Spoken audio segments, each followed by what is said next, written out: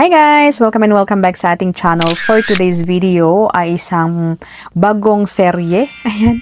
So, episode 1 tayo guys. So, kwentong utangan. So, magkakaroon tayo ng kwentong utangan since matagal na akong umutang, naging halos queen of utangan na tayo. Ayan, so patong-patong na yung mga utang natin minsan. Pero at least ay nakakapagbayad pa rin tayo. And I wanna share with you guys yung mga experiences ko. Ayan. So ngayon, ang ating pinaka-main topic is bakit nga ba tayo umuutang? So, i-share ko sa inyo guys kung bakit nga ba ako napapautang? Bakit nga ba ako gumagamit ng online na utangan? So, kung gusto nyong marinig ang aking side, ay patapusin lamang po ang video ito. And of course, sa mga hindi pa nag-subscribe, mag-subscribe na, i-hit ang bell button para ma-update ka sa upcoming videos and tutorials.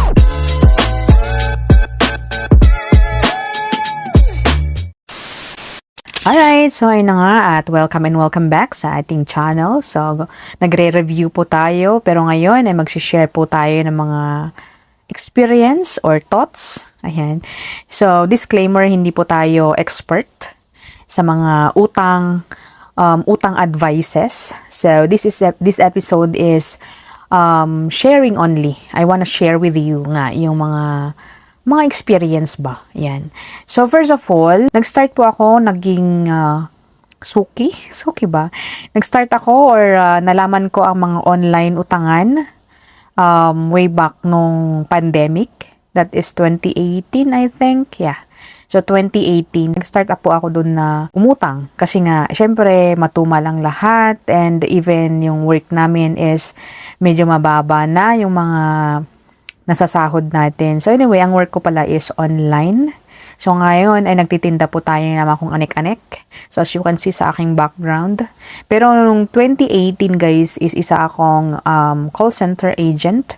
Pero hindi po siya kalakihan. Kumbaga, nahiya pa akong magsabi na call center agent ako kasi mostly mga home-based call center agent is malalaking po yung sahod. Pero for me, ay hindi pa nga siya abot sa mga talagang panggastos sa mga pangangailangan. Anyway, so yun na nga, nag-start ako 2018 nung pandemic. So, wala kaming pambayad dati ng mga bills namin. So, doon ko na kilala si Tala. Ayan. So, nag-vlog na ako doon pero mga 20 or 5 views kasi mga personal ko na video.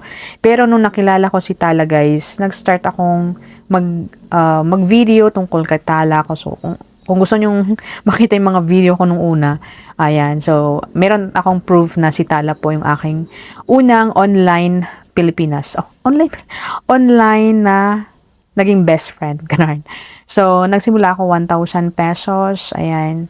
Kay Tala and syempre pataas ng pataas yung mga bills, yung mga kuryente and everything.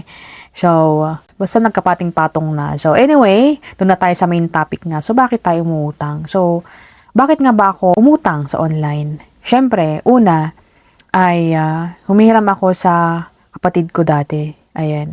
So, halos nahiraman ko na yung kapatid ko nakakahiya naman na paulit-ulit na akong humihiram. And even yung parents ko na nahiraman ko na sa hirap ng buhay ng pandemic, 'di ba? Ang grabe talaga. And then next is humiram ako sa aking mga kaibigan.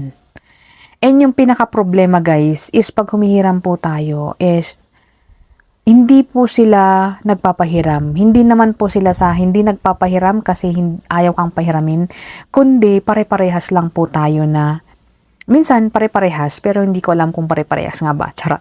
Pero minsan, kasi, syempre sabi nila na mayroon silang paggagamitan, or minsan sinasabi nilang wala silang pera. Yung mga tao na gusto mong, or alam mo na, or yung mga tao na hihiraman mo sana, sasabihan ka na wala sila, or sabihin ng bagang paggagamitan. Hindi ko naman po sinasabing madamot sila. Syempre, mayroon silang kanya-kanyang responsibility din na paglalaanan ng mga pera. Ayan.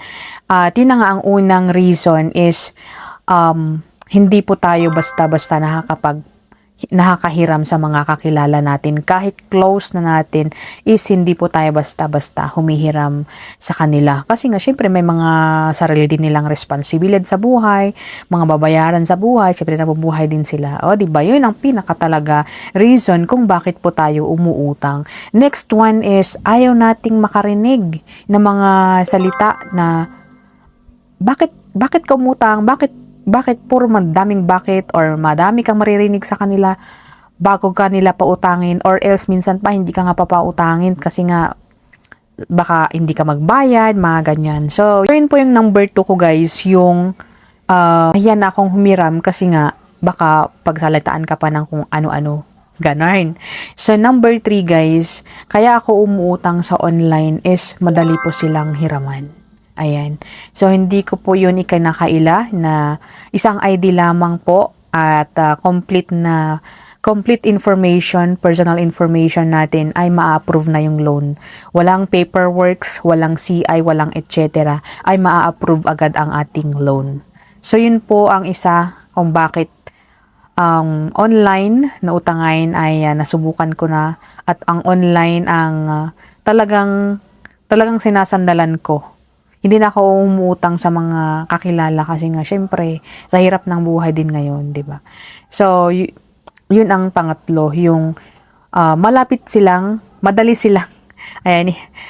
silang utangan. Ayan, in one valid ID and yung complete information, personal information and etc. is ma-approve po tayo. So, ang importante is maganda yung credit standing natin. So, ayun guys, ang aking ma-share. So, bali 3 lamang ang aking ma-share. Ayan, so, yung mahirap utangan yung mga kakilala natin. And then, number 3 is ayaw nating makarinig ng kung ano-ano. And then, number 3 is, madaling utangan ang online loan. At, hindi ko yun ikinakaila guys. Then guys, ang aking video, ang aking sharing for today and ang maiwan ko dito is bakit po tayo umuutang. Ayan. So, kung meron din kayong kasagutan sa question na ito, is i-comment nyo sa baba guys para share na rin tayo. Siyempre, minsan magkakaiba po tayo ng mga bakit tayo umutang online. Ayan. So, thank you for watching and see you on my next episode, Utang Serye episode. And huwag kaligtaan din na manood sa mga reviews ko. Ayan. So, tuloy-tuloy pa rin po tayong nagre-review.